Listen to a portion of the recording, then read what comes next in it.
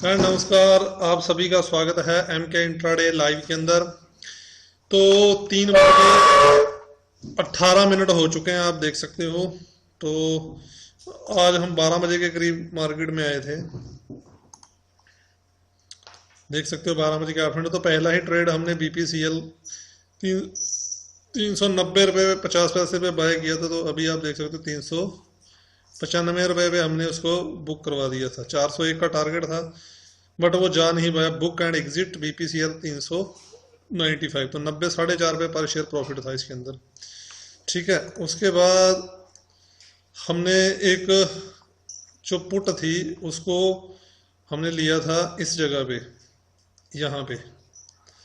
तो उसके अंदर हमारे को ज़्यादा प्रॉफिट नहीं हुआ, 10 रुपये ही प्रॉफिट हुआ था।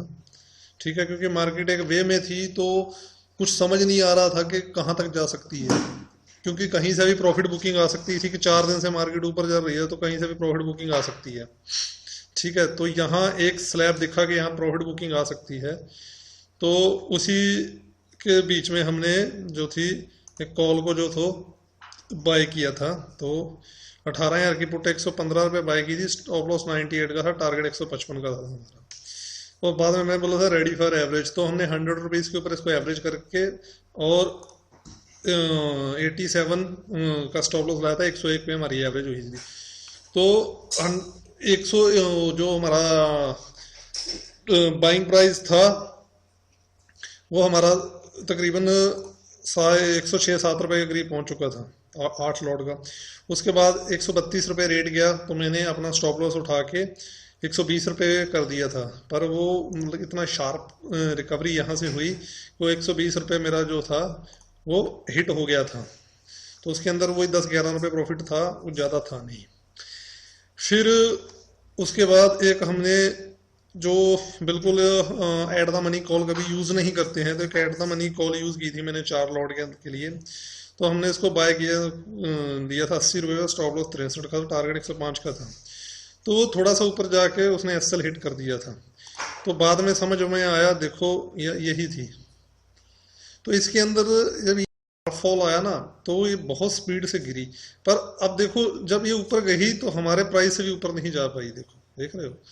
तो इससे मतलब समझ आता है कि एट दी मनी के अंदर टाइम वैल्यू कितनी जल्दी डिक्रीज हो रही थी। तो उसी की रिगार्डिंग में फिर हमने इसको उठाया था। अब इसको क्यों उठाया था वो मैं यहाँ बताता हूँ। जब ये शार्प फॉल आया था तो यहाँ एक बार ये सपोर्ट कन्फर्म हो चुका था। जब ये सपोर्ट कन्फर्म था तो फिर जब मेरा 17 रुपये का एसएल कटा तो मैं यहाँ रुक गया था। तो मैंने इसको जैसे ही इसको टच हुआ तो मैंने इसको बाय कॉल दे दिया। आप यहाँ देख सकते हो,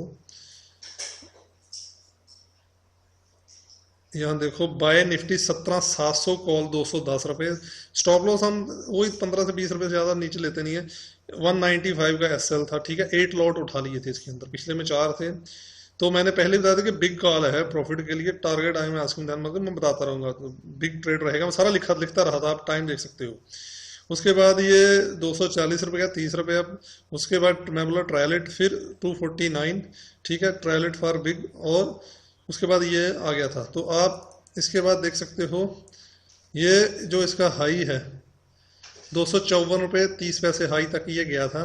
तो मैंने जो अपना स्टॉप लॉस है उठा के 240 रुपये के ऊपर लगा दिया था। तो इसके अंदर हमारे को जो है वो 30 रुपये से ही मिले। जैसे ही ये नीचे आया तो ये हमारा एसएल काट गया था। तो आज हम 12 बजे के बाद जब आए थे तो मार्केट कुछ इस लेवल पे थी। यहाँ से एक ब्रेकआउट जो था वो होने के चांसेस में था। पर मैं इसको इसीलिए यहाँ बाइंग नहीं लिया क्योंकि यहाँ ऊपर रेजिस्टेंस थी, ये रेजिस्टेंस एरिया था पूरा।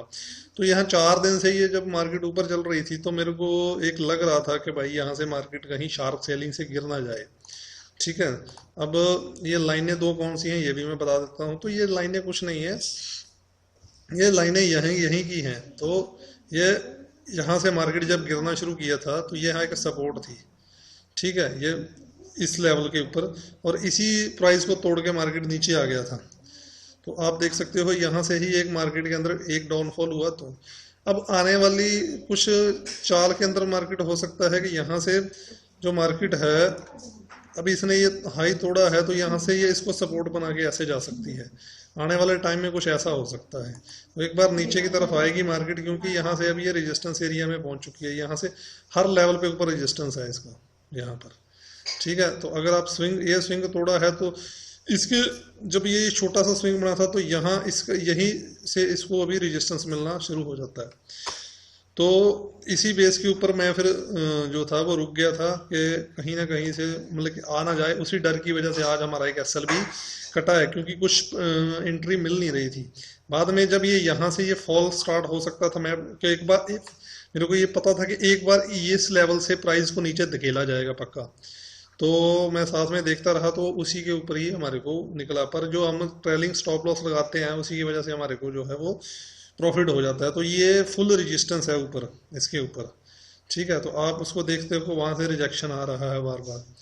तो यहाँ एक सपोर्ट यहाँ कंफर्म थी, तो यहाँ मैंने इसको उठा लिया था और इसी सपोर्ट का 15 रुपये नीचे दे गया, और 1:2 मतलब के आराम से दे गया। और बाकी बीपीसीएल का ट्रेड तो आपके सामने था ही था।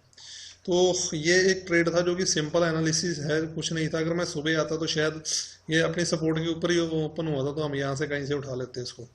तो अपना ट्रेड 12 बजे के बाद ही होता है, तो इसलिए नहीं उठा पाए। तो फिर भी ठीक था, अच्छा दिन था, कोई ऐसा बात नहीं थी। तो मिलते हैं फ्रेंड्स अभी नेक्स्ट, अगर क्रूड में कुछ होता है तो क्रूड में मिलेंगे। अभी क्रूड की क्या चाल चल रही है, तो क्रूड अपनी लाइनों पे घूम रहा है अभी तक। तो ओपनिंग अच्छी है क्रूड की, यहाँ से सपोर्ट भी क्रूड का बन चुका है। तो रात भी 80 पॉइंट हमने लिए थे, तो सपोर्ट भी क्रूड का बन चुका है, यहाँ से सपोर्ट ले भी चुका है। तो अभी देखते हैं क्या होता है। इस लाइन के ऊपर ही अगर देखेंगे तो क्रूड को देखेंगे।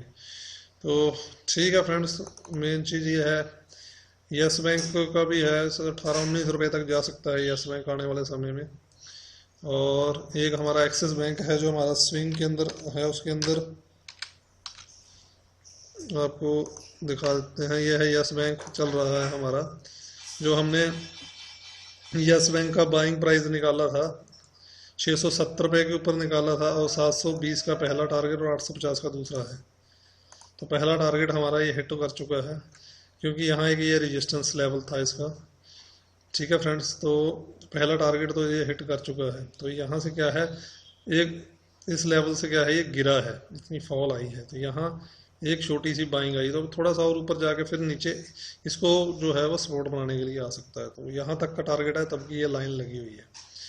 तो देखते हैं फ्रेंड्स क्या होता है। बाकी यस बैंक का अगर आप देखोगे तो यस बैंक एक रेजिस्टेंस लेवल से ही कई दिनों से घूम रहा है। अगर यस बैंक को भी अगर आप ट्रेड करना चाह रहे हो तो कर सकते हो। यहाँ से एक इसका जो है बार बार इसको सेलिंग आ जाती है, आप इस लेवल से देख सकते हो। ठीक है, पर इस लेवल से अगर आप ध्यान से देखोगे तो आपको कुछ नज़र आएगा। जब फर्स्ट बार यहाँ से गिला था तो काफ़ी नीचे गया, सेकंड बार फिर ऊपर गया, फिर नीचे जाना कम हो गया, फिर थर्ड बार ऊपर गया तो नीचे आना कम हो गया, अब गया। अब ये लेवल जैसे ही यस बैंक तोड़ेगा तो 20 रुपये के प्राइस आराम से यस बैंक दिखा देगा आपको, 18 से 20 रुपये के प्राइस। क्योंकि अभी जो इसका प्राइस लेवल बनेगा ना, थोड़ा सा ऐसे आके ऐसे बन जाएगा। मैं आपको दिखा देता हूँ, अभी इसका क्या होगा, थोड़ा सा ऐसे, थोड़ा सा यहाँ से ऐसे बन जाएगा। तो ये चांसेस ऐसे इसका जो है वो प्राइस लेवल बन जाएगा, क्योंकि जितनी बार ये नीचे आता है देखो अपने लो को नहीं तोड़ पा रहा है। ठीक है फ्रेंड्स, तो अगर आप देखोगे तो यहाँ से थोड़ा आपको एक अप ट्रेंड भी दिखेगा। ये यहाँ से चला, यहाँ से गिरा, फिर यहाँ से चला, गिरा, फिर यस बैंक 2-4 दिनों में ऊपर चला जाएगा। काफ़ी इसकी पुरानी रेजिस्टेंस है और काफ़ी दिनों से चल रहा है। तो यस बैंक को भी आप देख सकते हो स्विंग ट्रेड के लिए। बाकी हमने बीपीसीएल का 400 रुपये का टारगेट आज दिया था, तो वो क्या है, मूवमेंट इस तक आनी चाहिए थी इसकी, पर मूवमेंट बाद में आई जाके। तो हम इसको नाइट होल्ड तो कर नहीं सकते, 96 रुपये पर चल रहा है।